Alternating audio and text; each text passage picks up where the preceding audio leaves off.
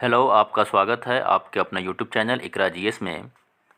Bihar DElEd का form आ गया हुआ है, जिसका आप लोगों को काफ़ी दिन से इंतज़ार था। और ये बिहार डीएलएड का प्रैक्टिस सेट है जो आपके 6/6/2023 के एग्ज़ाम में पूछा गया है। सो इसका हम सॉल्यूशन कराने वाले हैं। तो आज हम सॉल्यूशन कराएंगे मैथ सब्जेक्ट का। देखिए, तो ये सब जो क्वेश्चंस हैं ये आपके मैथ के क्वेश्चन हैं, ठीक है। इसमें पहला क्वेश्चन है आपका कि अविरोधी समीकरण युग्म का डैश हल होता है, ठीक है। अविरोधी को कहते हैं कॉन्सिस्टेंट। देखिए, इसमें स्टार्टिंग से आपको बताता हूँ कि ये जो है क्लास 10th के क्वेश्चन है। इसमें क्या होता है कि दो समीकरण होता है। मान लीजिए कि एक समीकरण है आपका a1x plus b1y plus c1 is equal to 0, और दूसरा समीकरण होता है a2x plus b2y plus c2 is equal to 0, ठीक है। एक एक पॉइंट को आपको यहाँ डिस्कस करेंगे, ठीक है। अगर इसका सॉल्यूशन बताना होता तो मतलब सिर्फ सॉल्यूशन पर टिक कराना होता तो टिक करा के हम आगे क्वेश्चन पर चले जाते हैं, लेकिन एक एक क्वेश्चन को हम डिस्कस करेंगे यहाँ पे हम। अब देखिए, इसमें क्या होता है कि 3 कंडीशन होता है। एक होता है आपका a1/a2 is equal to b1/b2 is equal to c1/c2, ठीक है। तो इसको हम लोग कहते हैं समपाती, ठीक है ना। ये कॉन्सिस्टेंट होता है, इसी को हम लोग कहते हैं अविरोधी। हिंदी में क्या कहते हैं? अविरोधी, ठीक है। अविरोधी कहते हैं, ठीक है।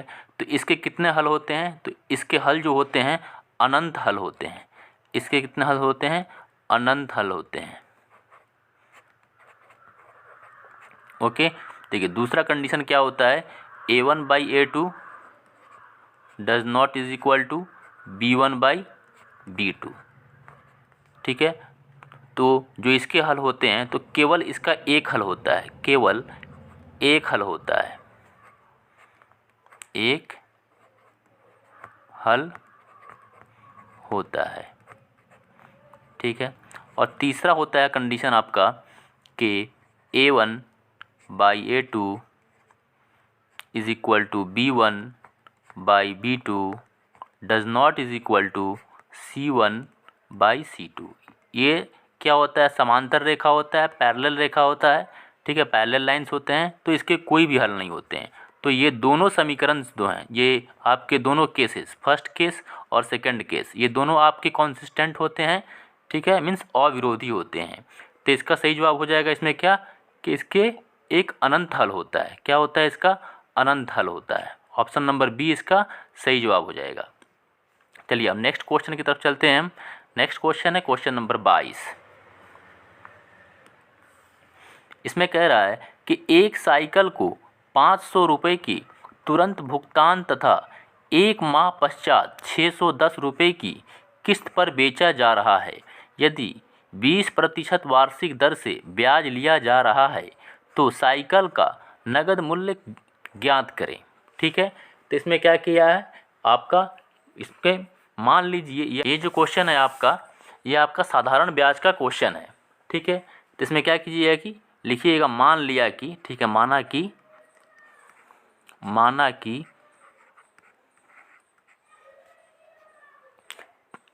किस्त का मूलधन, ठीक है। ये मूलधन का शॉर्ट में लिख देते हैं, मूलधन बराबर क्या ले लेते हैं हम? x ले लेते हैं, ओके। तो फिर प्रश्न से क्या लिखेंगे हम? प्रश्न से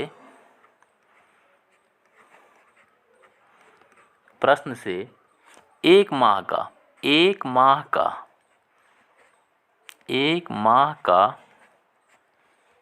किस्त, एक माह का किस्त कैसे निकालेंगे हम? किस्त इज इक्वल टू क्या हो जाएगा? यहाँ पे देखिए x जो हमने माना है मूलधन वो हो गया। उसके बाद क्या करेंगे? देखिए, ये क्या होता है आपका सिंपल इंटरेस्ट का आपका फॉर्मूला होता है, SI का क्या फॉर्मूला होता है कि PRT, और बट्टा में क्या होता है आपका 100 होता है, ठीक है। तो यहाँ पे क्या दिया हुआ आपका 1 माह दिया हुआ है, जो टाइम दिया है 1 महीना दिया है, लेकिन यहाँ टाइम किस में लेते हैं हम, वर्ष में लेते हैं। तो इसको हम अगर वर्ष में बदलेंगे 1 माह को तो क्या लिखेंगे, 1/12 लिखेंगे। ठीक है, तो यहाँ पे क्या हो जाएगा, x क्या हो गया आपका, मूलधन हो गया। p क्या होता है, प्रिंसिपल होता है, मूलधन होता है। x इंटू r इस क्वेश्चन में कितना कह रहा है, 20% कह रहा है, तो 20 लिख देंगे।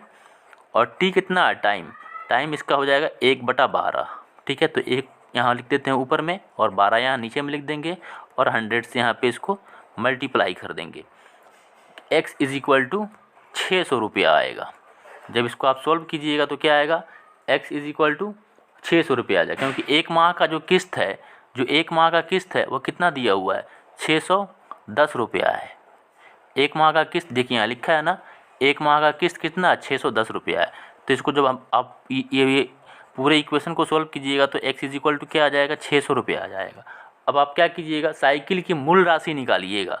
जब साइकिल का मूल राशि जब आप निकालिएगा तो क्या कीजिएगा, ये जो x आया है आपका 600 रुपया, इसको और 500 रुपया जब आप वो पहली बार साइकिल को वो आप मतलब भुगतान किए थे उसको, दोनों को जोड़ दीजिएगा। तो ये 500 रुपये इसको जोड़ देंगे तो कितना हो गया, ये 1100 रुपये हो गए। ठीक है, तो ये आपका 1100 रुपये आपका आंसर हो जाएगा। इसका सही जवाब है ऑप्शन नंबर बी। ठीक, अब हम चलते हैं नेक्स्ट क्वेश्चन पे, क्वेश्चन नंबर 3। ठीक है, ये आपका कोऑर्डिनेट ज्योमेट्री का क्वेश्चन है। इसमें कह रहा है कि वाई अक्ष, ठीक है ना, पर एक ऐसा बिंदु ज्ञात कीजिए जो बिंदु A 65 और B -43 से समदूरस्थ है।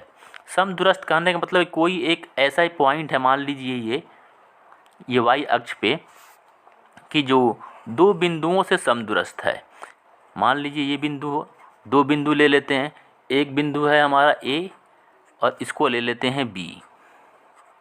ठीक है, तो A का कोऑर्डिनेट कितना हो गया, 6 और 5, और B का कोऑर्डिनेट कितना हो जाएगा यहाँ पे, -4 3। ठीक है, और उसी तरह यहाँ पे y अक्ष बोल रहा है ना, तो y अक्ष कितना हो जाएगा, यहाँ पे y अक्ष पे अगर कोई पॉइंट होगा तो x 0 होगा, और y को क्या यहाँ मान लेते हैं, y को y यहाँ पे मान लेते हैं, इस पॉइंट को ले लेते हैं P। अब देखिए समदूरस्थ बोल रहा है ना, समदूरस्थ पे है तो मतलब PA बराबर PB होगा। ये आपका इक्वेशन बनेगा, PA इज इक्वल टू क्या बनेगा, PB। अब अगर दोनों तरफ अगर स्क्वायर कर दें, अगर दोनों तरफ स्क्वायर कर दें तब कोई दिक्कत है, PA square is equal to PB square. अब इसका फॉर्मूला एक होता है, देखिए फॉर्मूला क्या होता है, यहाँ पे हम लिख देते हैं, इसको कहते हैं दूरी फार्मूला। ठीक है ना, डिस्टेंस फार्मूला क्या होता है, x1 माइनस x2 का whole square plus y2 minus y1 का होल स्क्वायर। ठीक, तो यहाँ पे वही फार्मूला हम यहाँ यूज़ करेंगे। देखिए यहाँ पे 6 को मान लेते हैं अगर हम x1, और यहाँ 0 को ले लेते हैं हम, यहाँ पे 6 को ले लेते हैं हम x2 और 0 को ले लेते हैं x1। तो क्या हो जाएगा यहाँ पे 6 माइनस 0 का होल स्क्वायर प्लस में फिर क्या लिखेंगे 5 माइनस y, ठीक है, इसका होल स्क्वायर। ठीक, और यहाँ पे रूट चढ़ता तो रूट चढ़ेगा तो क्या हो जाएगा, यहाँ पे स्क्वायर इसीलिए पहले लगा दिए हैं कि क्योंकि ये वाला मतलब स्क्वायर से ये रूट क्या हो जाएगा, कैंसिल हो जाएगा, इसलिए हम यहाँ पे पहले ही हम स्क्वायर लगा दिए हैं। अब फिर क्या लिखेंगे, अब लिखेंगे -4 है ना यहाँ पे, तो -4 माइनस 0 इसका होल स्क्वायर, और प्लस में क्या हो जाएगा यहाँ पे 3 माइनस y का होल स्क्वायर। ठीक है,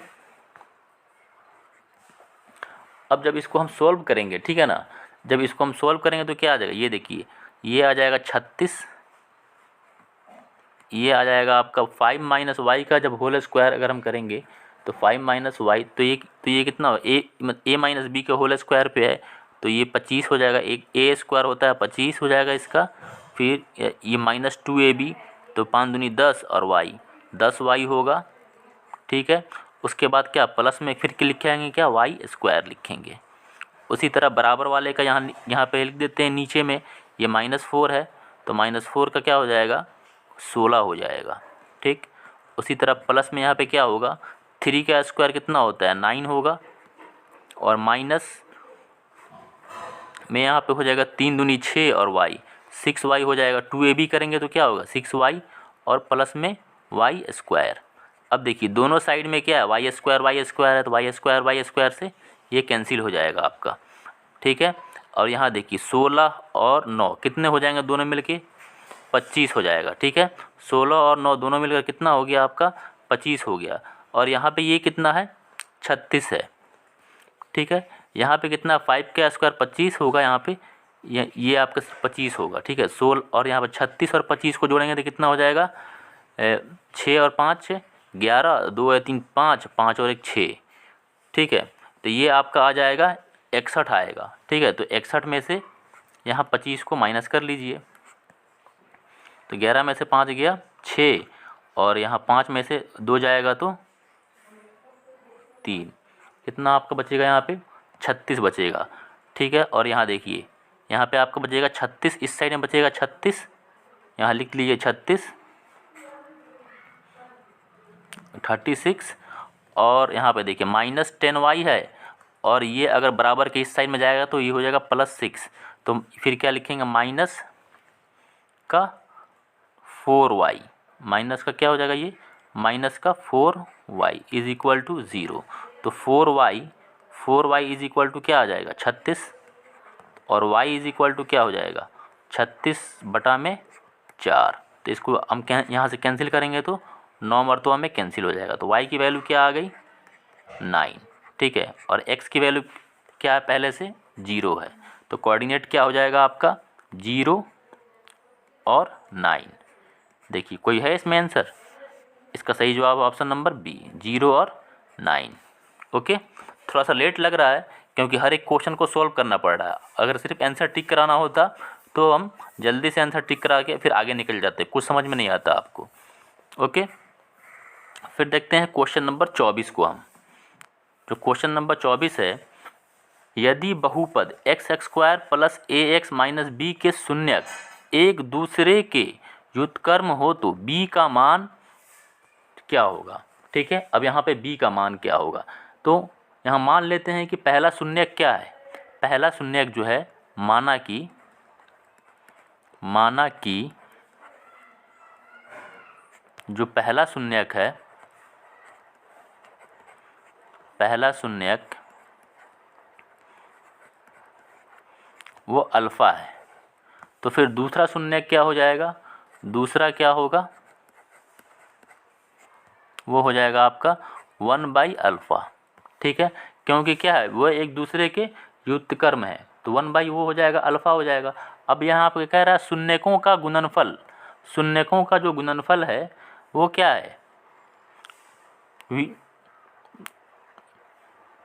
यदि बहुपद x² plus ax minus b के शून्यक एक दूसरे के व्युत्क्रम हो तो b का मान क्या होगा। ठीक है, b का मान, तो यहाँ पे क्या करेंगे शून्यकों का गुणनफल निकाल देंगे, तो alpha into 1/α is equal to क्या हो जाएगा ये होता है c/a होता है ना, वो शून्यकों का गुणनफल जो होता है, शून्यकों का गुणनफल यहाँ लिख देते हैं फॉर्मूला, शून्यक का गुणनफल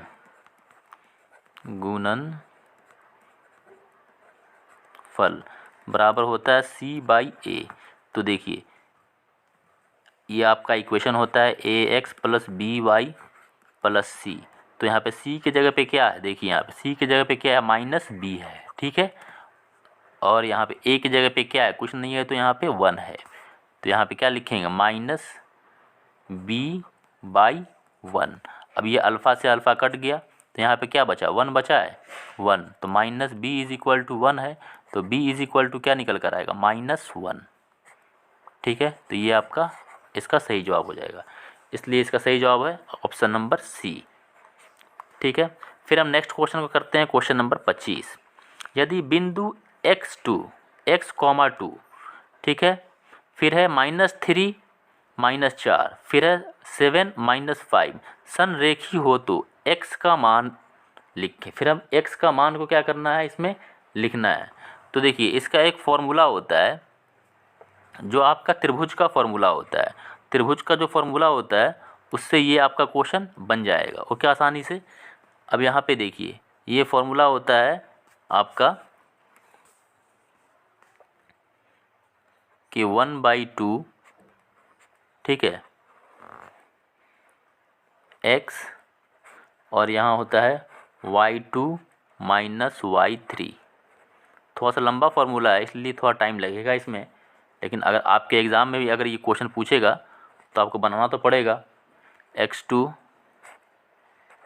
y3 माइनस y1, ओके, फिर है प्लस में ये, अब यहाँ हो जाएगा x3, यहाँ पे ये क्या है x1 है, यहाँ से होगा आपका ये y1 माइनस y2, ठीक, और ये ब्रैकेट क्लोज और इज इक्वल टू यहाँ पे लिख देंगे 0। यहाँ से x की वैल्यू आपको फाइंड हो जाएगा, ठीक है। अब यहाँ देखिए, अब यहाँ से क्या कीजिएगा, लिखिएगा 1/2, x1 की जगह पे क्या है, देखिए यहाँ x1 की जगह पे यहाँ पे x ही है और x2 की जगह पे -3 है, ठीक है। सबके जगह पे सब क्या करेंगे, वैल्यू को पुट कर देंगे हम। और यहाँ पे देखिए y2 है, y2 की जगह पे क्या है -4 है, तो यहाँ लिखेंगे हम -4, और y3 की जगह पे क्या है -5 है, तो माइनस और इसका माइनस माइनस माइनस मिलके क्या हो जाएगा, प्लस हो जाएगा, तो प्लस का यहाँ पे लिखेंगे ये 5, पहले ही लिख देते हैं हम 5, ओके। फिर अब क्या करेंगे हम, प्लस में अब x2 लिखेंगे, x2 क्या है -3 है, तो -3 यहाँ लिख देंगे, ब्रैकेट क्लोज, और यहाँ पे फिर ब्रैकेट में क्या हो जाएगा y3, y3 क्या है -5 है, -5 लिख देंगे यहाँ पे, और उसके बाद है y1, y1 कितना है तो 2 है, तो -2 लिखेंगे, ठीक है। फिर प्लस में क्या लिखेंगे अब x3, अब x3 कितना है, देखिए यहाँ पे 7 है, x3 यहाँ पे कितना है 7 है। फिर अब क्या करेंगे हम y1 माइनस y2 करेंगे, y1 कितना है देखिए यहाँ 2 है, तो 2 माइनस y2 कितना है -4 है, तो माइनस और माइनस क्या हो जाएगा प्लस हो जाएगा, तो ये कर देंगे प्लस का 4 कर देंगे हम, ठीक। जब इसको सॉल्व करेंगे यहाँ से तो ये आ जाएगा 1/2। अब इसको क्या करेंगे सिंप्लीफाई कर देंगे, देखिए -4 और 5 इसको जब हम जोड़ेंगे तो कितना आ जाएगा आपका 1 आएगा, और यहाँ पे क्या लिखेंगे x × 1, ठीक है। और यहाँ पे क्या है ब्रैकेट क्लोज है, इसके बाद क्या है 0 है, क्योंकि 0 से हमको इक्वेट करना होगा। फिर प्लस में क्या लिखेंगे हम -5 -2, इन दोनों को जोड़ेंगे तो -7 आएगा, और -7 में जब -3 से हम यहाँ मल्टीप्लाई करेंगे तो क्या आ जाएगा, ये आपका प्लस का 21 आएगा, ठीक है। तो ये हो जाएगा प्लस का 21, और यहाँ पे देखिए 4 और 2 6, और 6 में से, और 6 में यहाँ 7 से यहाँ पे करेंगे गुना तो कितना आ जाएगा, ये प्लस का आपका आ जाएगा 42, ठीक है, और इज इक्वल टू 0 आएगा।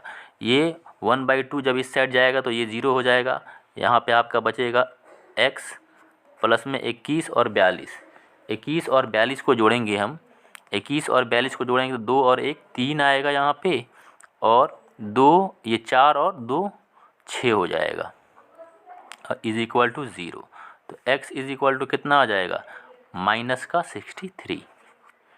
आई होप कि आपको समझ में आ गया होगा, ठीक है। अगर नहीं समझ में आया होगा तो फिर दोबारा से देख लीजिएगा इस वीडियो को, समझ में आ जाएगा। ये आपका होता है कि अगर बिंदु जो संरेखी अगर हो तो ये फॉर्मूला लगाते हैं हम। ये फार्मूला अगर याद है 10th क्लास के ये बुक में है आपके कोऑर्डिनेट ज्योमेट्री में, तो इसका सही जवाब है option number B. Next question है कि 26 का, पाई किस प्रकार की संख्या है।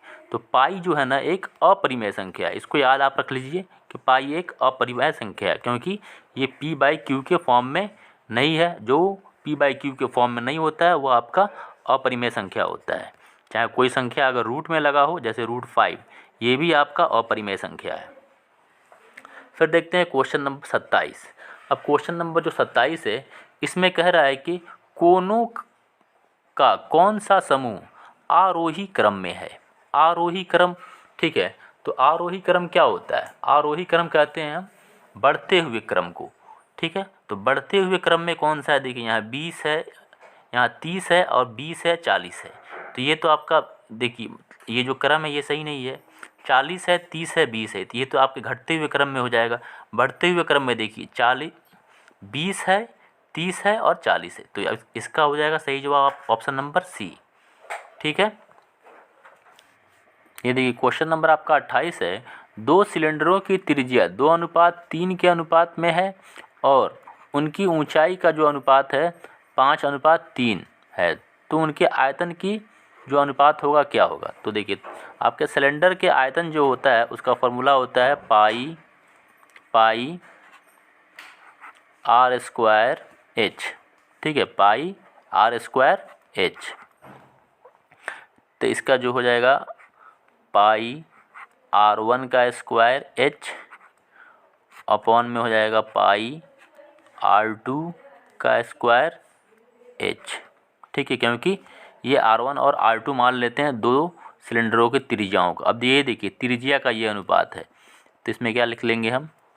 पाई से देखिए पाई कैंसिल हो गया, पाई से पाई कैंसिल। अब R1/R2 है, तो यहाँ पे क्या करेंगे 2/3 इसका होल स्क्वायर, क्योंकि देखिए दोनों पे स्क्वायर है तो इसको हम कर देंगे स्क्वायर। अब यहाँ पे देखिए हाइट का एच मतलब हो गया हाइट मीन्स ऊंचाई, तो 5/3 यहाँ लिख देंगे। 2 का स्क्वायर करेंगे तो कितना आएगा? 4 आएगा। 3 का स्क्वायर करेंगे तो कितना आएगा? 9 आएगा। और यहाँ पे देखिए 5 लिखेंगे और ये हो जाएगा 3। फिर हम क्या करेंगे 5 चौका 20 और यहाँ हो जाएगा 9 तियाँ 27, तो 27 हो जाएगा। तो इसका अनुपात कितना निकल कर आ गया? 20:27, ठीक है। तो इसका सही जवाब हो जाएगा 20:27। जो इसके बाद का क्वेश्चन है 29 से हम नेक्स्ट क्लास में करेंगे, ठीक है, क्योंकि वीडियो लंबी हो जाएगी। अगर आपको वीडियो पसंद आया तो आप हमारे चैनल को सब्सक्राइब करें। मैथ के और साइंस के और जितने भी सब्जेक्ट्स हैं आपके, रीजनिंग हो गया और विज्ञान हो गया, सारे सब्जेक्ट के इस पर तैयारी कराते हैं हम। ये अगर आपको वीडियो अच्छा लगा होगा तो आप हमारे चैनल को सब्सक्राइब करें।